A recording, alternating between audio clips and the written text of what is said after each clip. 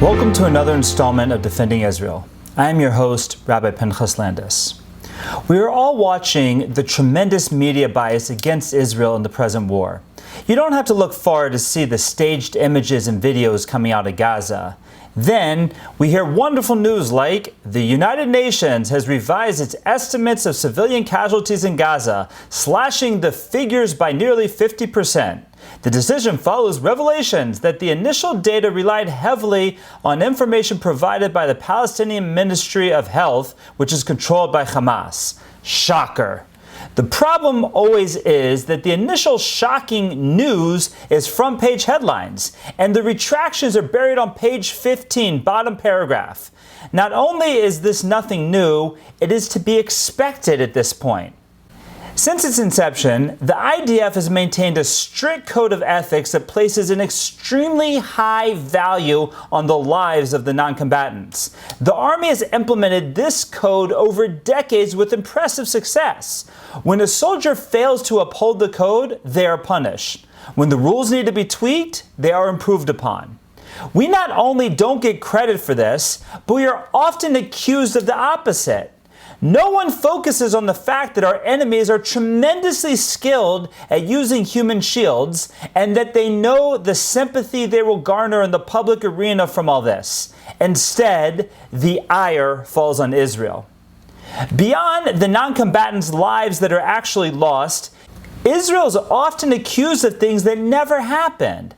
One infamous example of this is the Jenin massacre. At the height of the Second Intifada, Israel launched Operation Defensive Shield to put an end to the carnage. A main target of this campaign was the city of Jenin, which is known to the Palestinians as the martyrs' capital. Enough said. The operation began on April 2nd, 2002, and was concluded on April 11th, with the military closure being lifted on April 18th. By April 8th, long before any true facts could be ascertained, Wafa, the Palestinian Authority news agency, was reporting the massacre of the 21st century. The PA was crying war crimes in the UN. Their officials were reporting thousands killed, mass graves had been dug, and that Israel was hiding the bodies. The international press was quick to echo what they heard from the PA. On April 16th, the British Guardian compared Jenin to 9/11. The London Independent claimed a monstrous war crime that Israel has tried to cover up for a fortnight has finally been exposed. The sweet and ghastly reek of rotting human bodies is everywhere, evidence that this is a human tomb. The people say that there are hundreds of corpses entombed beneath the dust. So what really happened in Jenin? While everyone knows that Palestinian officials exaggerate when describing Israel's behaviors, and the press often echoes this, what happened in Jenin was exceptional even for these actors. First off, in Jenin proper, nothing happened. Everything happened in the refugee camp on the outskirts of the town, where there is an extensive terrorist infrastructure. Even before the battle in the camp, the IDF, as they always do, announced that they were coming via loudspeakers, and 90% of the residents evacuated. Roughly 1,300 non-combatants remained at the time of the battle. Furthermore, the IDF announced before entering any particular building that they were coming, so no element of surprise over here. Those terrorists who surrendered were arrested, but roughly 200 Hamas and Islamic Jihad members refused to surrender. Instead, they turned the Jenin refugee camp into a killing field full of 1,000 to 2,000 booby traps that were aimed to kill and maim the approaching Israelis. At this point, knowing full well what lay ahead, Israel could have just called in an airstrike and leveled these buildings, but they decided that would endanger too many innocent Palestinians, so they sent their soldiers into harm's way to locate the wanted terrorists. When the terrorists saw that the soldiers were coming on foot, instead of fleeing, they stayed for the opportunity to slaughter Jews. And just one example, they stopped shooting, sent out a woman to tell the soldiers that the terrorists had run out of bullets and that they were fleeing. The advancing soldiers triggered booby traps. When the IDF went to retrieve the fallen, the terrorists opened fire on them.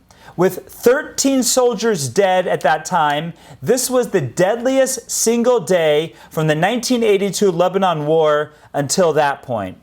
Unfortunately, the number is now dwarfed by October 7th.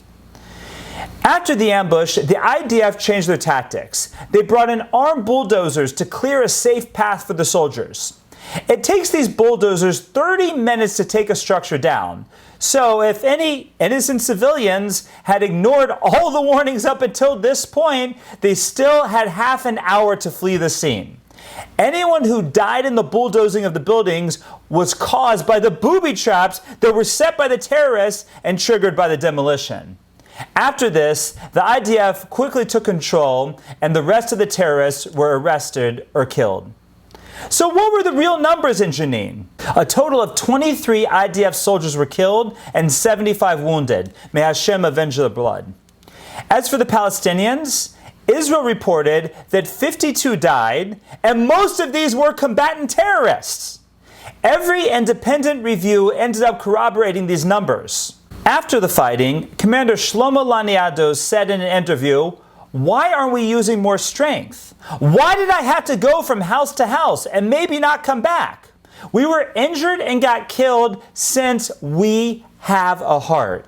We paid the price due to our morality that was seen all throughout the fighting." Everyone saw the initial headlines of Jenin massacre. Many were quick to condemn Israel, calling them war criminals. Few saw the eventual retractions, and even fewer apologize. And do these same voices criticize the U.S. when they kill over 1,000 civilians while fighting terrorists in both Mogadishu and Somalia and Fallujah in Iraq? No one says a word. What about when the Russians, with no regard for civilian life, kill 75 to 250,000 civilians in the city of Grozny during the Chechen rebellion in 2003? The critics of Israel have likely never even heard of Grozny. Seeing as this is the trend in modern media, we must scream from every mountaintop when these headlines hit to wait a minute before criticizing, because the facts are likely to change. We need to remind as many as we can what the trend always is, because if we don't do it, no one else will.